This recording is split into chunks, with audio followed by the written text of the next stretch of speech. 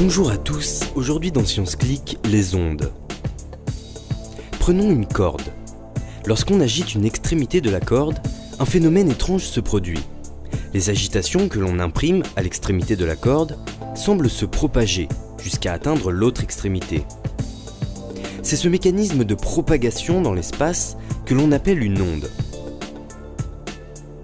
Pour comprendre comment les agitations se propagent le long de la corde, observons ce qui se passe à l'échelle des atomes.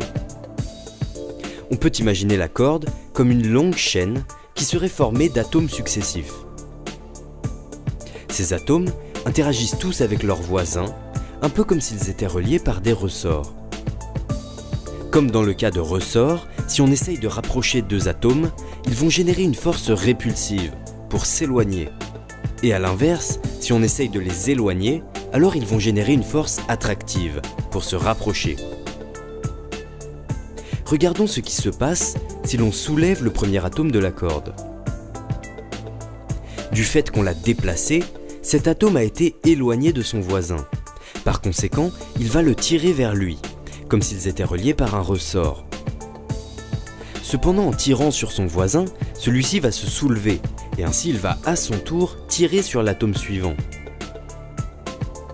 De proche en proche, les atomes vont successivement se tirer les uns les autres, et le mouvement que l'on avait appliqué au tout premier atome va se propager le long de la corde. En faisant cette expérience, on comprend mieux le phénomène de propagation. Lorsqu'on imprime un mouvement à l'extrémité de la corde, on donne de l'énergie au tout premier atome. Ce premier atome va alors transmettre cette énergie au second, qui va à son tour transmettre cette énergie à l'atome suivant, et ainsi de suite. Une onde n'est donc pas le déplacement d'un objet à proprement parler, mais plutôt la propagation d'une énergie. Les ondes présentent des caractéristiques intéressantes. Par exemple, si on fixe une extrémité de la corde et que l'on envoie une onde en direction de cette extrémité, l'onde va se réfléchir et repartir dans l'autre sens, comme si elle avait rebondi contre un obstacle. Autre phénomène intéressant, si l'on envoie deux ondes l'une contre l'autre, alors elles vont se superposer. Par exemple, une bosse plus une bosse au moment de se croiser vont s'ajouter pour former une bosse 2 fois plus grande, et à l'inverse, une bosse plus un creux vont s'annuler.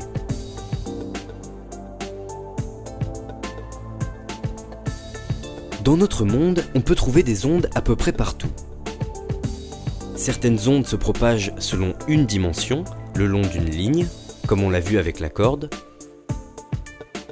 D'autres ondes se propagent sur des surfaces à 2 dimensions, par exemple les vagues à la surface de l'eau. Et enfin, comme notre espace est à 3 dimensions, il existe des ondes se propageant dans toutes les directions.